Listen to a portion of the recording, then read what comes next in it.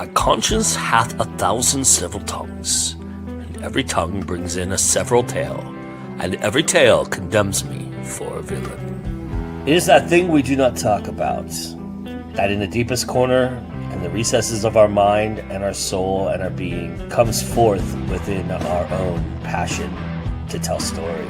For there is no good without evil. It's the darkness that is the most fascinating aspect of what we do. It has the most depth. It has the most reach.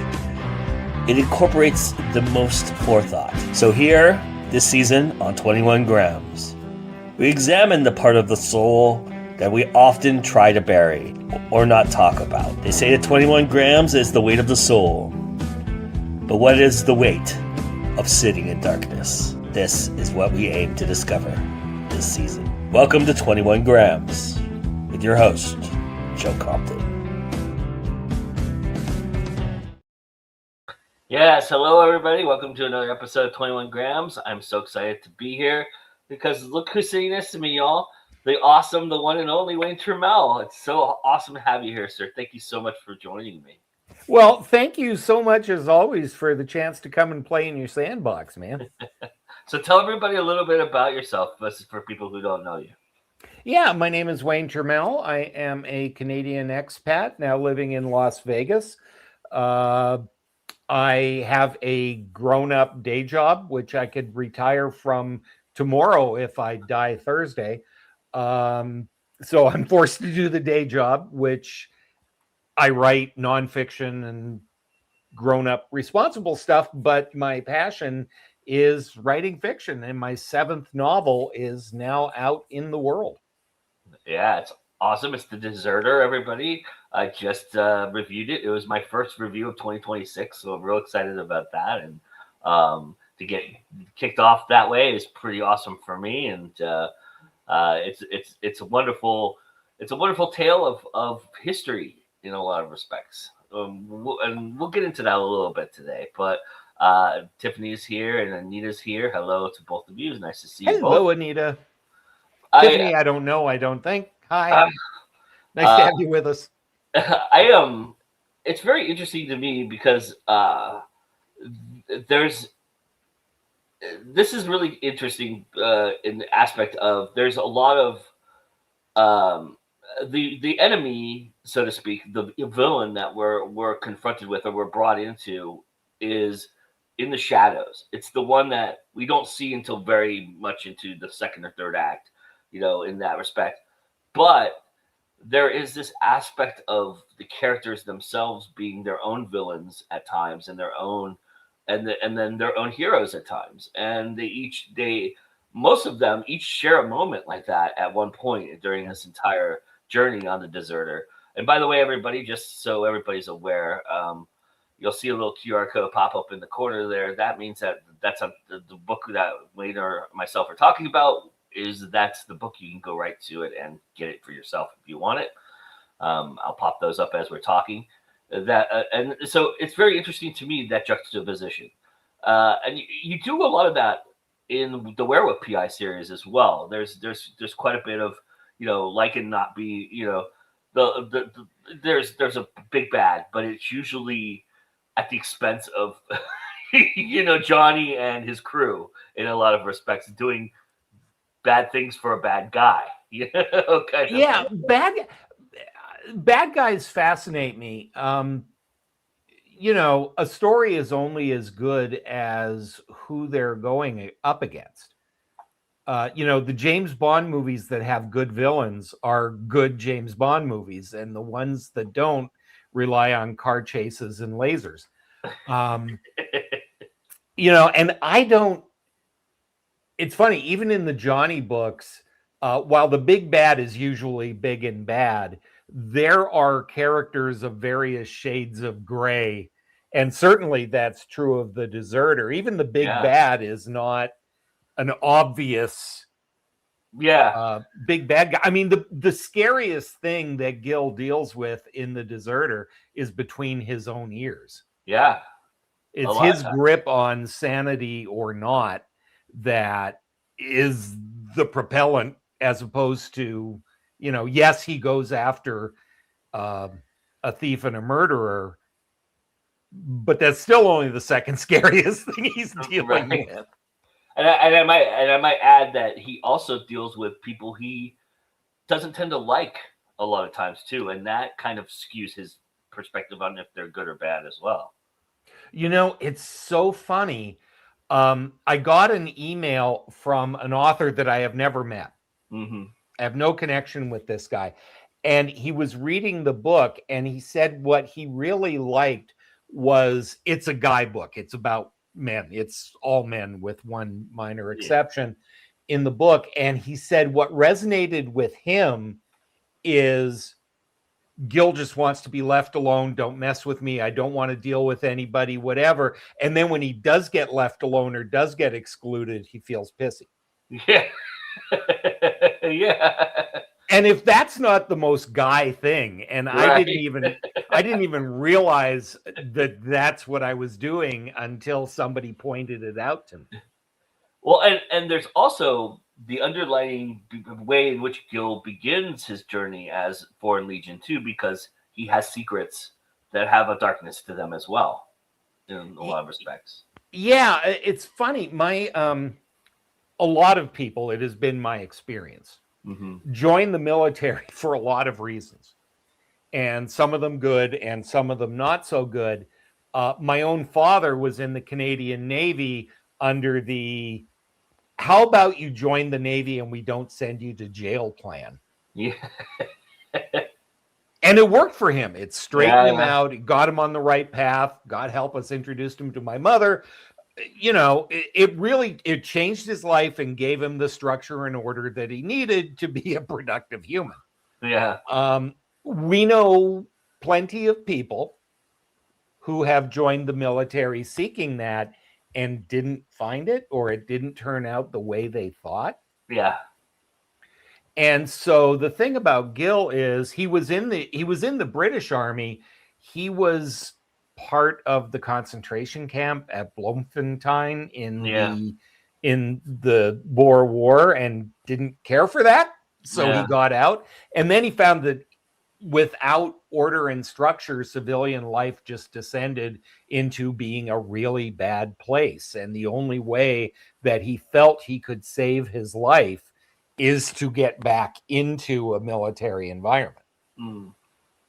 And of course, the Legion, the whole legend of the Foreign Legion is it's a last chance. Yeah. Yeah, and they're basically marching to die. That's basically a lot of what the Foreign Legion is. A lot of it. I mean, it has the French government will tell you that is not the purpose. Right. Yeah, they don't spin it that way, but yeah. But it was, and particularly pre-World War I, it was very much. It's fighting the undesirable people that nobody wants to fight. You know. Well, and giving the politicians cover. Yeah. Because the Foreign Legion, to join the Foreign Legion, even if you are French, you have to give up your French citizenship. Yeah. And you can earn it back by completing your contract and whatever. But it was designed in the 1820s, 30s. Yeah. To provide cover, right? Because the French government couldn't technically do this stuff. Yeah. I was curious. We've talked about this in past episodes of this show and shows when I've talked to you one-on-one before and beyond that about settings being super important to you. You know, in the context of creating the atmosphere of darkness, in a lot of respects, the setting becomes a really big player, especially in Deserter. It does. I mean, the Werewolf PI series, you know, Chicago plays a nice part in that as well. Yeah. Especially in the alleyways and the darkness when he's moving at night through the shadows and things of that nature. But is setting something that you look at as the character that you kind of want to set an atmosphere for, or is it kind of is it just a shadow of what you're trying to experience with them? No, it's very, very important. And as a matter of fact, the problem is the more you do stuff, the more predictable you become. Yeah. And somebody pointed out to me that all 4 of my historical fiction novels take place in the desert. 2 of them take place in the Holy Land, and 2 of them take place in the Algerian Sahara. And for a nice Canadian boy from the Pacific Northwest, where everything is green and lush, I felt terribly busted. And I think the desert is, and I say this now living in Nevada and loving it and loving the desert, but the desert is you and it. And it doesn't care about you. And so I think that it is a real, it's a great crucible. Mm-hmm. It's funny, the book I'm doing now isn't set in the desert at all, which is unusual. But I think Count of the Sahara and Acra's Bastard and Acra's Orphans, the being alone in the wilderness, particularly an unforgiving wilderness like a desert. What is that old expression? This doesn't create character, it reveals it. Yeah. And I think that's true. Yeah. For especially for the deserter. I mean, yeah, it really. The desert is a huge character. Yeah. Yeah. Are you this was kind of a departure for you in some respects though, because the humor in this book is minuscule, but yes, versus Werewolf PI, and so you don't diffuse a lot of things with humor. You do some of it. There is a little bit of that in there, and I was like, as soon as I read it, I was like, oh, that's Wayne, but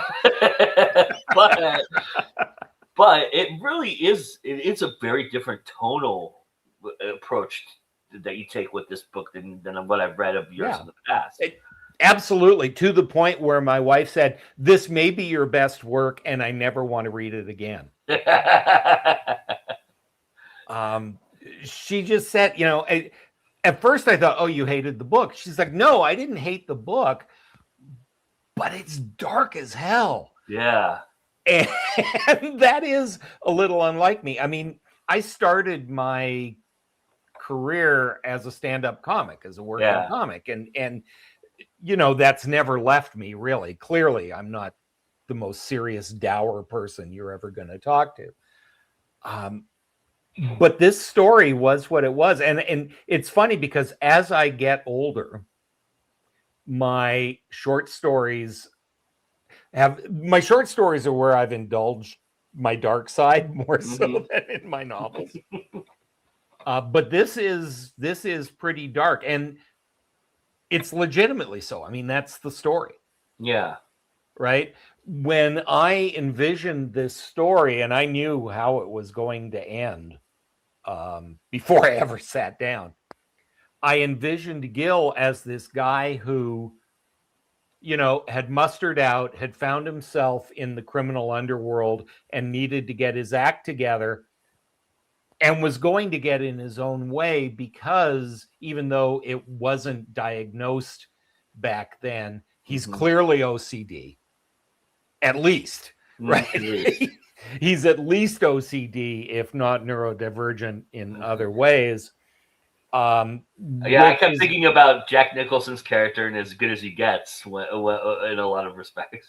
Yeah, his obsession with order and his obsession with everything being neat. When you are carrying a backpack through a desert is clearly not going to go well. Yeah. Right? It's not exactly the greatest circumstance for keeping your physical world in order. And so that was, it was a dark character to the point where it's the first novel I've written that isn't in first person. Yeah. Interesting. Which should give you a clue as to how it is. Yeah, no. Did you try it as first person at some point? No. I knew all along, and I'll tell you why, and this is like a huge spoiler, and I don't know how to have this discussion without it.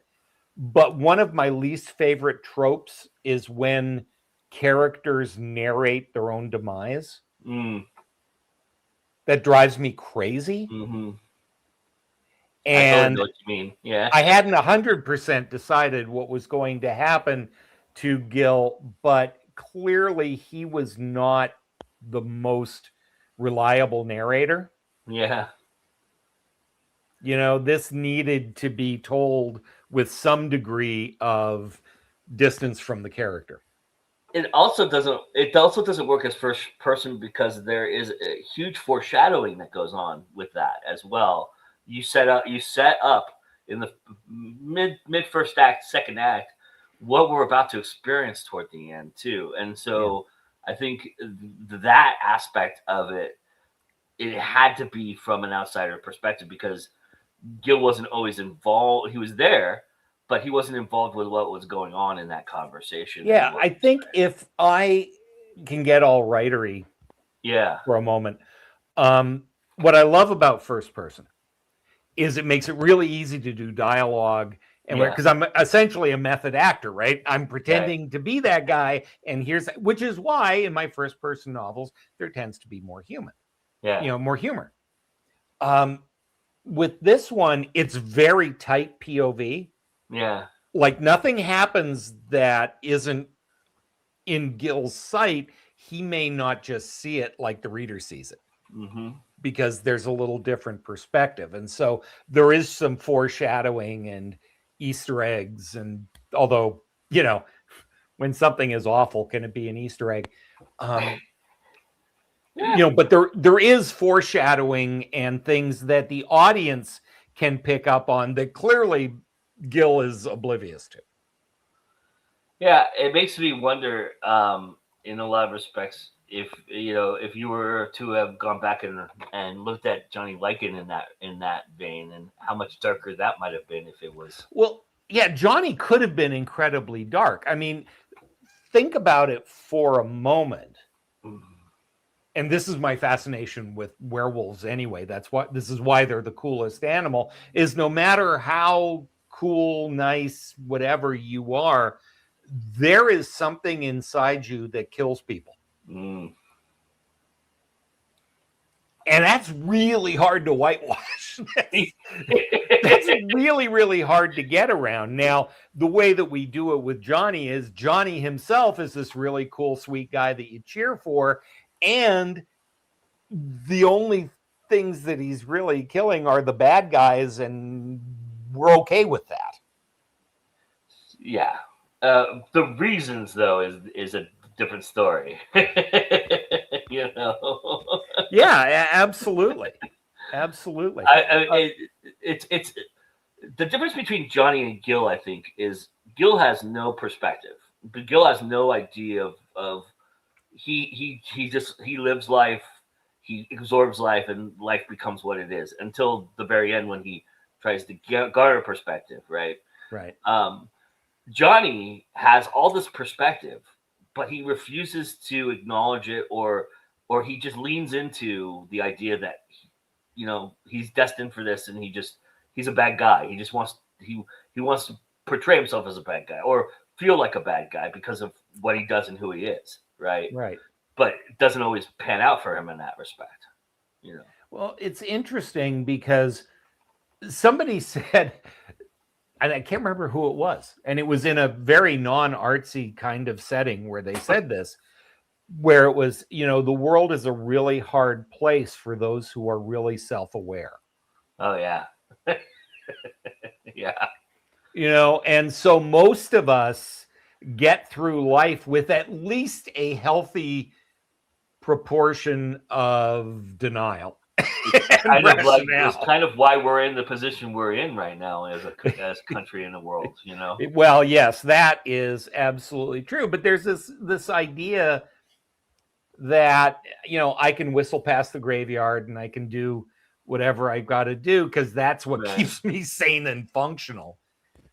And I think with Johnny, his self-awareness was so negative, his self-image was so negative.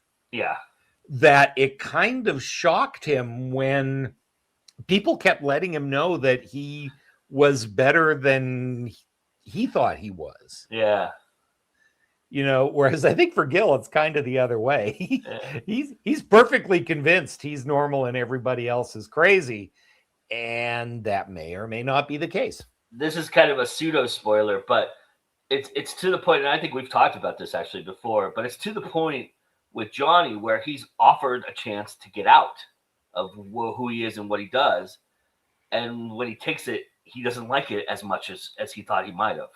He misses who he is. Yeah, I just had this conversation with somebody a few weeks ago. Apparently, I talk a lot. I just had this conversation about the fact that, Johnny eventually embraces the fact that Shaggy is inside him, and that's why he is who he is. Yeah. Right. And and when he has a chance to expel Shaggy, he feels empty. There's a piece of him missing. Yeah. Whereas I think Gil is trying to fill up the empty spots. Well, I think also Gil just goes over the deep end, right? I mean, he just loses. The order becomes chaos, and once he can't get it back, it just feels to him like he's just got to set it straight. He got to set it right. Yes, desperation definitely sets in. I'm also curious about the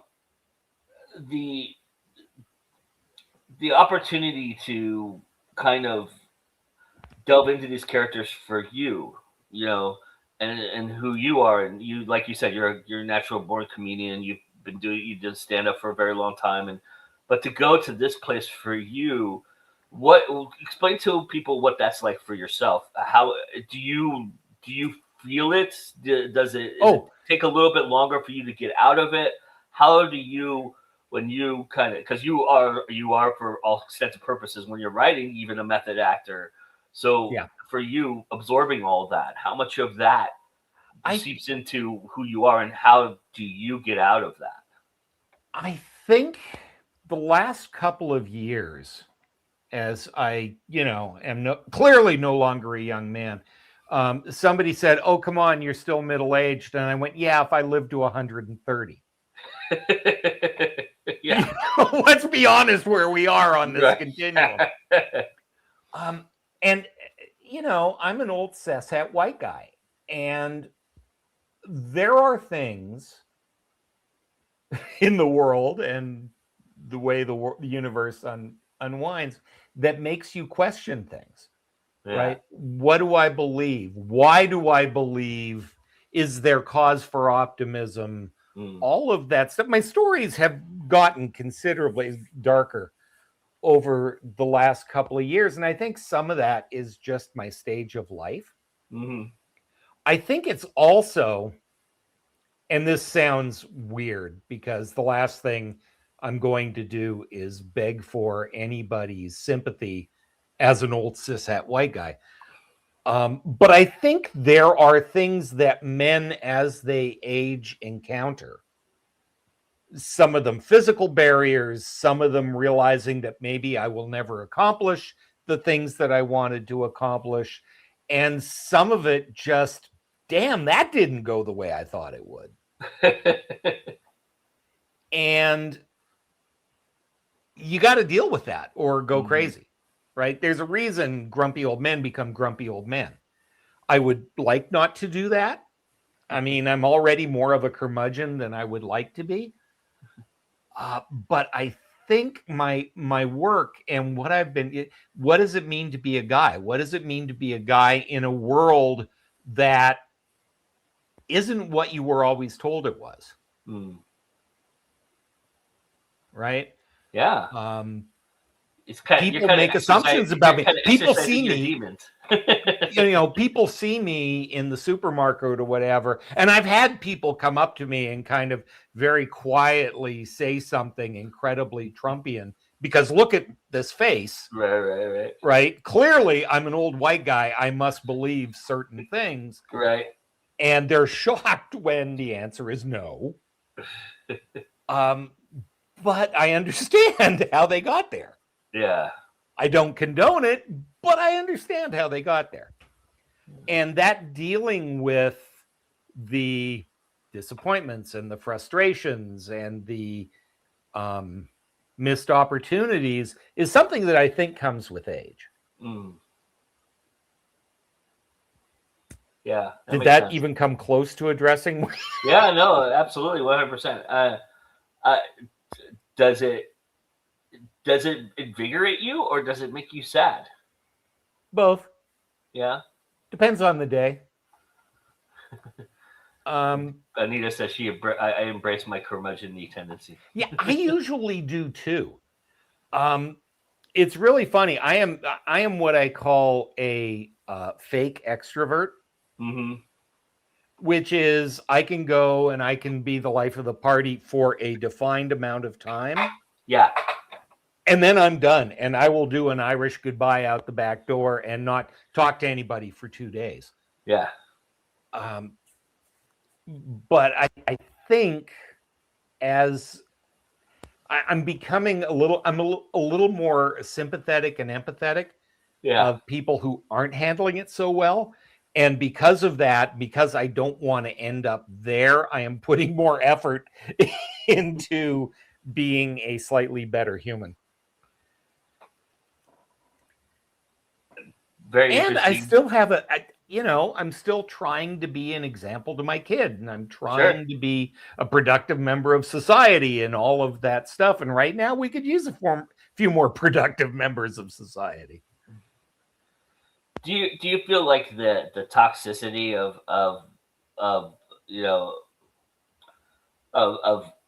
the maledom of what you write about too? Do you feel like there's kind of you're softening a blow for people a little bit? Do you feel like that at all? I don't know. I am definitely consciously tackling the maleness of it all. Yeah.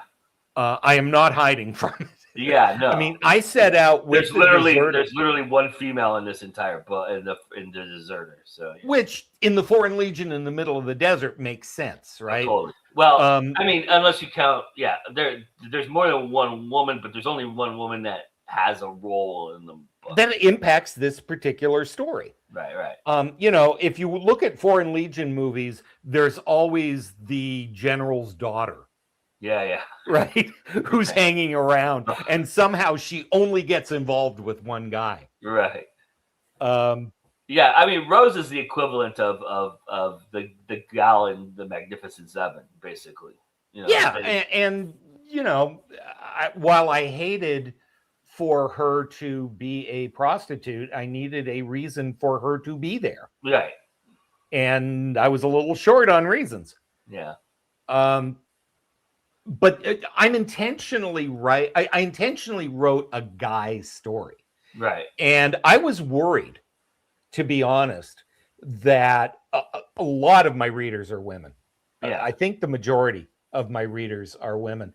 And I was really afraid that they wouldn't get it. And so far, so good. They seem to feel like it's an honest enough portrayal that they get what's happening and they get sucked in and they go along for the ride, which as a writer is all I can ask. Yeah. I mean, you don't get deep into, again, this is a product of not utilizing first person, which I think was smart in this aspect of it, because you don't get too deep into their darkness. Because if you were to be in somebody's head, that would be the scariest place to be for one of these guys. But you have a bit of buffering there. But you also, what we see, what you're portraying for us is the emotional impact of what is going on, who they are, and how they handle that in a lot of respects. And I think women don't get to see that aspect of a man oftentimes. So I think there is something to that in order for that to kind of soften the blow a little bit. Well, I think that's true. I mean, I think I'm generalizing, okay? Don't at me. You read this, but in general, I think women by nature share what's going on with them. Yeah. Unless it's so dark and horrific that they don't think they can. In general, they share. If you listen to women talk to their best friends, they will talk about all kinds of stuff. Yeah. Men talking to their best friends, assuming they even have a best friend, which many men don't. Once you get past, did you see the game on Saturday? And Purdy's a terrible quarterback. It doesn't get much deeper than that a lot of the time. Yeah. And so, as I talk to people who are dealing with their problems constructively by going through therapy or whatever they're doing. And like most men my age, I'm just white knuckling my way through this. And I think I was able to, and your kind review basically said that I was able to capture that sense of, we get little flashes of each other, but we never really get the full picture. And by the way, that's just as well, because we probably couldn't function if we did. Yeah, we would not like what we read. Well, it's not even what you read. I think about, my wife knows every one of her friends' sex lives and who they like and who they're being nice to so they don't scratch each other's eyes out, and intimate details of their friends' lives. I look at my friends, I know what sports they like. Right. I kind of know a little bit about them. I can judge them by their taste in movies or whatever. Right. But I don't know them on a level that my wife knows her friends. And I don't think that's unusual. No. For a man. It works in The Deserter, especially because it works for a particular character that we have assumptions about. And that character turns out to have a really, really dark and twisted past, right? And and that helps the story. It's part of what makes the story, in a lot of respects. I also, interesting thing too, between Johnny and Gil and the characters you've written, even the ancillary characters, there's a loneliness to it. That they're steeped in their own loneliness a lot of times, and they're sitting there in themselves a lot. Talk a little bit about that and writing something like that and putting that in there. Well, I just kind of did, because they're all men and they're all dealing with much the same thing. Yeah. It's funny, because I've moved around so much in my life. I change corners of the continent every 15 years or so. I have a number of, and it's a small number, of people that I would consider very good friends. But they're segmented in a given piece of my life, right? My best friend in Toronto was my very best friend while I was in Toronto. Right? It's like, and this again goes back to being a man can be a very lonely business. Because one of the things is we're told, shut up, hold on, and get through this. Yeah. So we don't share things with our friends that women share with theirs. Yeah. And I have to keep refining that statement, because both my wife and my daughter have a lot of gay friends. And apparently they don't mind sharing whatsoever. Yeah. Gay men just let it go. And even my gay friends tell me more than I would think wise. Yeah. About themselves, but God love them. They just. Yeah, I find it quite refreshing to me. It's refreshing, and I still can't join. Yeah. The totally expose yourself club is not one to which I will be a member. And I think that's a guy thing. If you look at the genres of literature that traditionally men have gone for, right? Not a Yeah. lot of straight men read Harlequin romance. It's not that there are none, but there are not a lot. Yeah. What do? Well, there's Westerns. What is the Western? It's guys in a brutal environment. Violence is part of the landscape, and the good cowboy just sucks it up and does it. Right? They're not sitting around in the campfire complaining about their childhoods. Okay, Yeah. so then there's military fiction. And then there's the hard-boiled detective. Yeah. And they are all very, very old school male genres. And those are the genres that constructed a lot of old men. That's what I grew up on. Is there a story out there for you about Gil pre this time? Have you written or thought about a story about him and Colette or something to that effect? No, not really.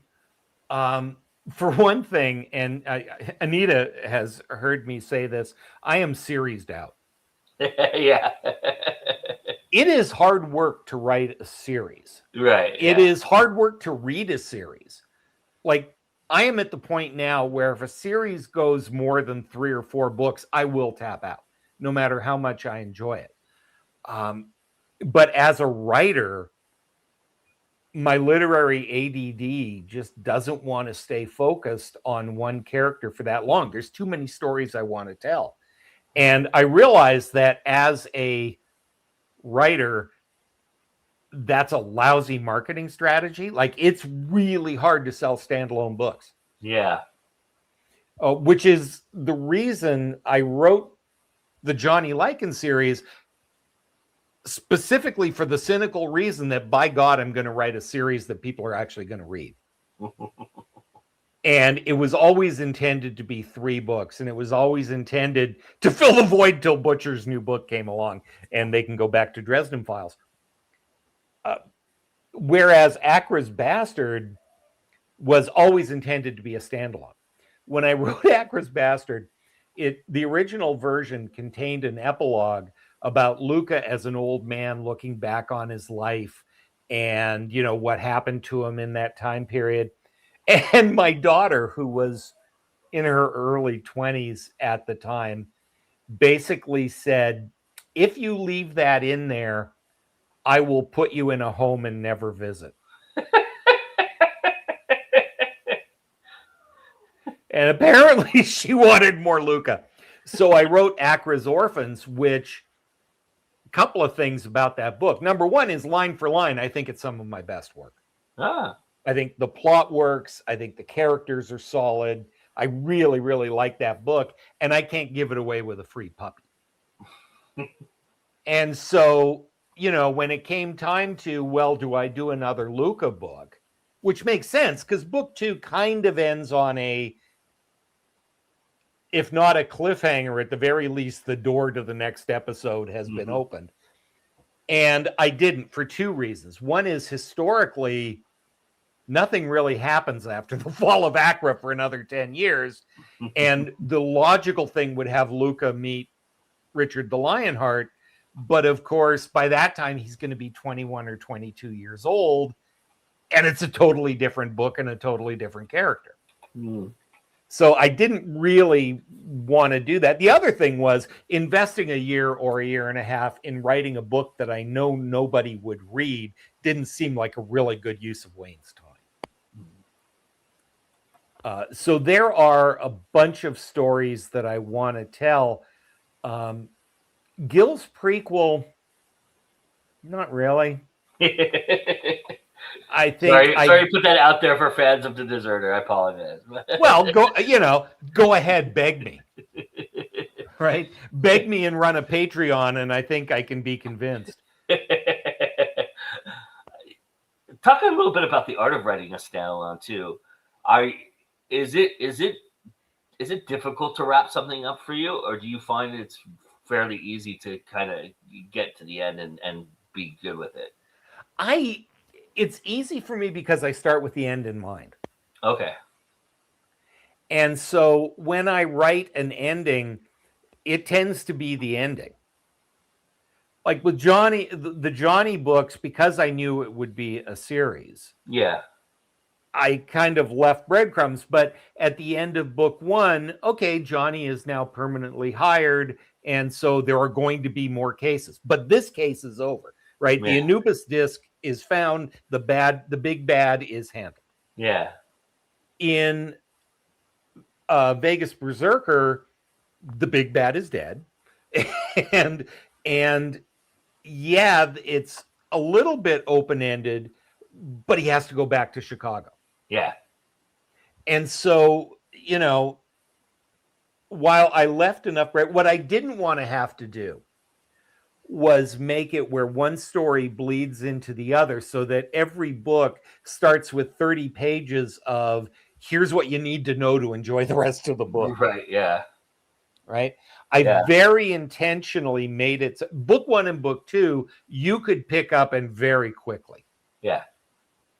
Understand. Yeah, you're very good at 2 sentence kind of recaps that makes sense to where the story is. I mean, for the Lykan books, it's a lot easier because it is one case that you're following throughout a book, and then you can, But yeah, right. But I didn't want, and even with Akra's Orphans following on Akra's Bastards, I had to, the city is falling, and here's Luca, and here's where he is, and now we pick up and run with the story. I didn't want to have to do I didn't want to have to do back material full of lineages and who's who and glossaries and all of that. I don't want to work that hard when I read. Yeah. I want to pick up the book and get absorbed in the story. Do you have a sense of I hate this, not word count, because that's probably impossible to have a sense of, but do you have a sense of how much you're going to talk about to get to the ending, or is that where your discovery comes in, and then you kind of it either expands or decreases? The way that I write, it's kind of planting in that I don't plot it out. I always know where the story starts. Yeah. For people who don't know, you're a screenwriter too, so you have that in you as well. So yeah, and so I know where the story starts, and I have a really good idea, not 100%, but a really solid sense of where the story is going to end. Yeah, and so I know that there's an arc from here to here, and I then break it up into chunks. So for the next 3 chapters, I know I need to get to this plot point. Yeah. And I know where the big set pieces are, and I know some cool stuff that I want to put in there, and I can plan it on the arc, but that's about as close as I get to really planning it out. When I plan, it's in 3 chapter blocks. That makes sense. Like the book I'm doing now is a 3-beer story about what I'm trying to do with it, and we'll find out if I'm writer enough to pull it off. But there's something that happens in the 5th chapter, which is the big, giant, here we go, the roller coaster is at the top of the hill. Gotcha. And so right now I'm on chapter 4, and I know that I've got. So chapter 4 has to get me here. Chapter 5 gets me to the top of the roller coaster. Let me get through that, and then I'll worry about the rest of the book. How it twists and turns from there, right? Yeah. But it's funny, word count, all of my books, which should say something about my attention span, I think, all of my books fit between 75 and 90,000 words. Yeah. I am not going to write, I am not James Michener. I am not Brandon Sanderson. In so many ways, I'm not Brandon Sanderson. But, I like books. I grew up reading paperbacks. You'd pick up a book and you'd read it and you'd go, okay, next. Yeah, I'm also curious about, in that vein, right? In the vein of word count, how much of the research are you fawning over to try and get in there, or how much of it you're trying to omit. Because I have to admit, the Foreign Legion goes back to, like you said, the 1800s, right? Right. We're 200 years into history of this particular organization, and it involves, and during those periods of time, certain ways in which the Foreign Legion acted and was that. And so Sure. in that time period, a lot of the undesirable, like you said, like some of the people who may have betrayed the French government a little bit, who needed a place to hide or go to, were the guys that they leached on to get into I think with this book in particular, it was pretty easy. Yeah.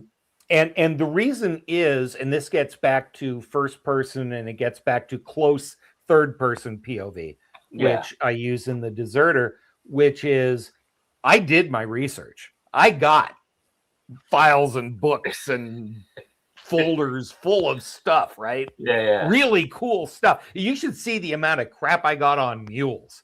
Oh, I can imagine. Way more than a human being needs. But once you start writing the story and you're zoomed in that close on the character, what's relevant? Yeah. Right? Does Gil care about the Battle of Cameroon and the guy's hand in the museum? Yeah. No, he doesn't. Right? And so you pick up all of the facts and the history, and then you zero back in and say, okay, what does this character need to know in order to function? And you can slip in cool little things, but what you don't want to do as a writer is resort to, well, as you know, Bob, right? As you know, at the Battle of Cameroon, blah, blah, blah, blah. Right. Yeah. You don't want to do that. You don't want to do that dump. Now, because it's a 80,000 word book, and because it's very close POV, if it's not part of the action or it's not a legitimate part of the dialogue, it just isn't it. How about the research it takes to go from one place to another, being on muleback? Did you look at that, and were you very careful about those kind of the? I looked at that. I looked at that. I am embarrassed. My first draft of the book and the preliminary arcs that went out contained a mistake so glaring that, thank you to Jill Hand, blessings be upon her, who said, my uncle was in the Mule Corps. That's what they called donkeys. That's not what they called mules. Oh, wow. And I went, what? I went back and went, holy crap. They're not called Jacks and Jills because that's what you call a donkey. They are Johnnies and Mollies. That's what you call a mule. And so she saved me from, complete discrediting and shame and ignominy. But yeah, I did a buttload. I mean, I found out, for example, mules are better in the desert. Why are they better in the desert than horses? Well, they can carry more weight, they drink less water, and their hooves are different enough that they handle rough territory and rough terrain better.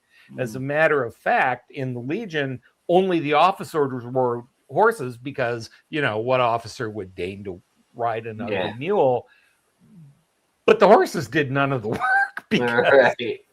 Yeah, I mean, there's moments in this that Gil becomes important because he's a mule handler, and the officers are like, they take care of Gil because Gil has to take care of these animals because they're important to what they're doing and where they're going. So it's interesting too, because at some point Gil bonds with the mules better than he bonds with his teammates.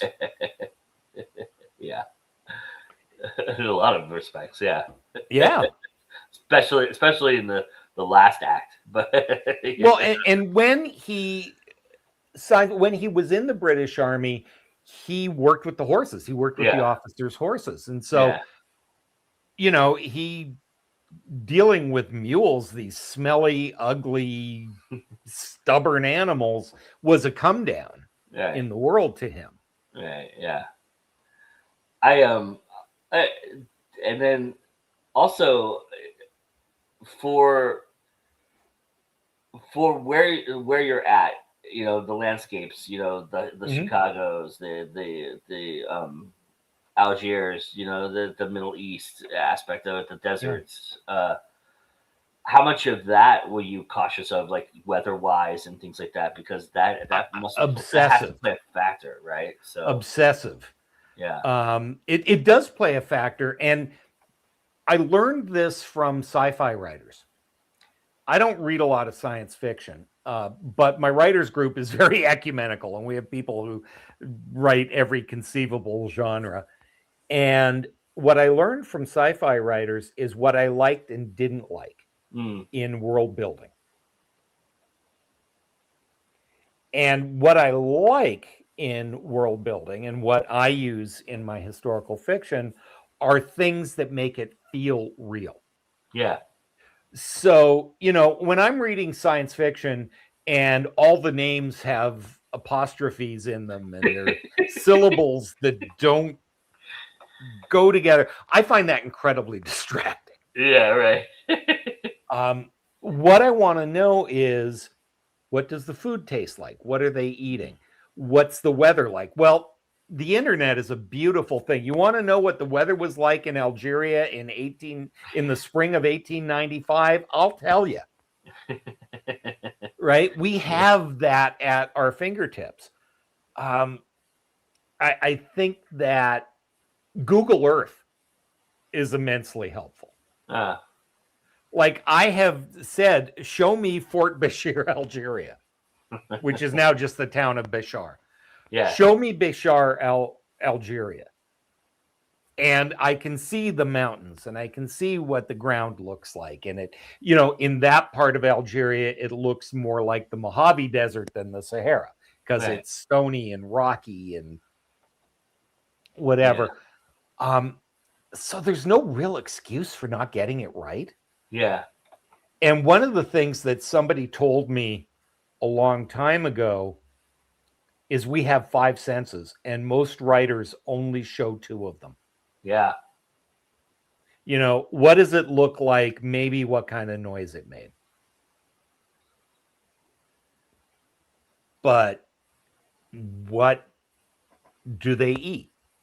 And what happens to food in desert temperatures? Right. And that kind of stuff. And then when he has to pick the fly off a piece of sausage, it creates a world Yeah. that, humbly, I think I did a pretty good job of it. The Deserter. People seem to feel like I have built that world for them. I agree. I mean, I think that it's very prominent in all your books. Actually, I think setting is something you're really really amazing at, and setting the atmosphere for that. I'm curious, and I don't know what you're writing now, but if there has been a thought about writing from the perspective you are at the moment, are you looking at writing some books about older gentlemen later on in life? Is that something you're interested in? Or Like I say, my short stories are all about that.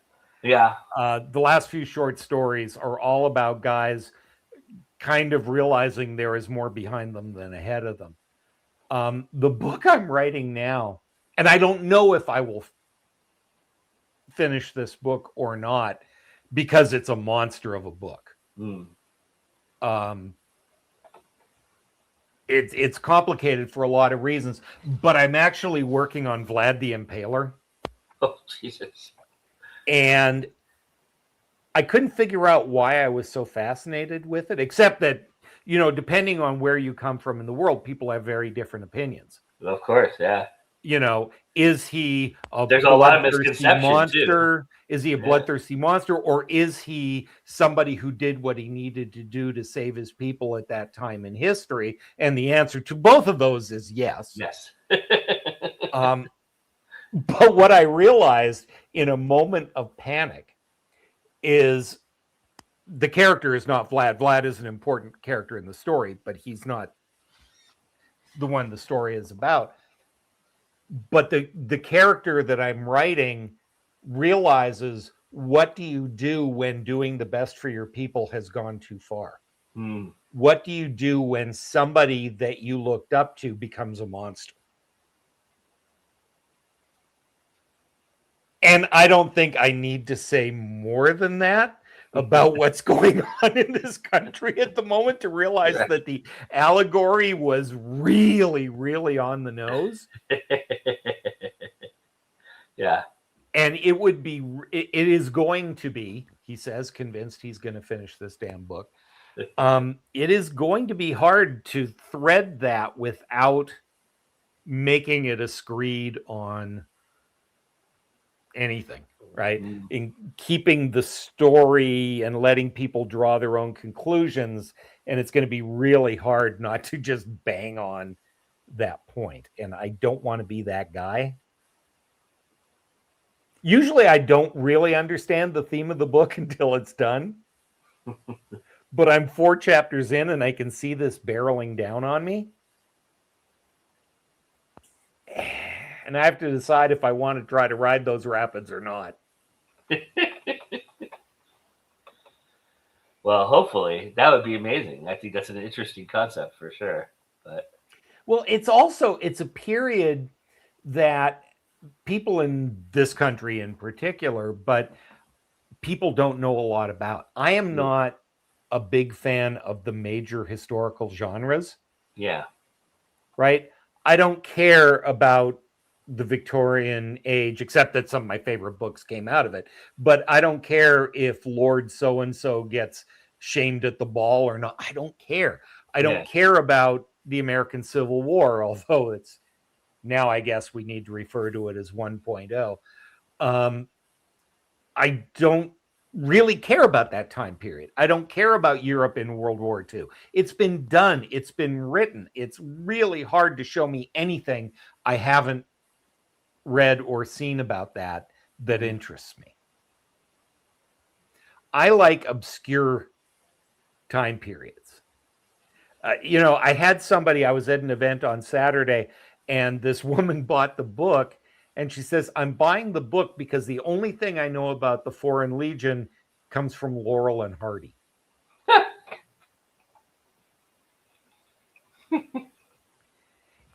And you got to remember, you don't have to remember because you're younger than I am, but there was a time at the beginning of the 20th century when Foreign Legion fiction was a genre, and it was a big one. There was a lot of work there, and they did movies and books and pulp stories and all of that stuff. And then it became the source of parody. Yeah. Buster Keaton and Laurel and Hardy and Charlie Chase and Marty Feldman and all of these guys did their, Pepe Le Pew is in the Foreign Legion. And that's what a lot of people's last view of that was as a viable genre, was the parody part of it. Yeah. And I wanted to save the genre. The genre is great. It's everything you want in action. It's identifiable bad guys. It's found family. It's man against nature. It's people desperate for redemption. I mean, what's not to love? It's the internal struggle of man. Yeah. What's not to love about that? Yeah. As a genre to write in. Yeah. That's awesome. Well, you did it magnificently. Thank you. This is awesome to talk to you about, and thank you so much for doing this. I really do appreciate it. Tell everybody where they can find those wonderful books of yours and keep in touch with you. Yeah, absolutely. Well, WayneTurmel.com is the easiest way to find me. Shockingly, the email is Wayne@WayneTurmel.com. I went all out getting creative. I'm on Blue Sky. I'm on Twitter, although I'm on Twitter less than I used to be. I'm on Blue Sky and Facebook.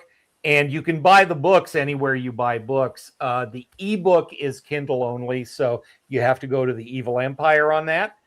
But the paperback is available anywhere you can buy or order paperbacks. It's in Unlimited, right? It's in Unlimited. Yeah, it's on Kindle Unlimited. So if you're really cheap, you can download the book for free. Just swear you'll leave a review. Yeah, so that's where you find me, man. And I want to thank you, Joe, because you're doing God's work here with Go Indie Now. Uh, it's really appreciated, and the people in your orbit, like Anita, like Juliet, you know, there are a lot of people uh, who are grateful for what you do. And so I always say, I always love it when people, well, thank you for coming by. I'm trying to sell a book. What kind of idiot wouldn't? Who refuses that invitation? You'd be surprised, to be honest. The fact that you've had me back more than once is the miracle, not the fact that I showed up at all. Well, it's always a pleasure. Thank you, Wayne, so much for being here. Thank you all for being here, and thank you for the kind words. I appreciate that, and it's because it's always time to go indie now. So we'll be back again next week to do this again. So, but everybody go out and get the Deserter. It's well worth it, trust me. And we'll see you guys again soon. Bye, everybody.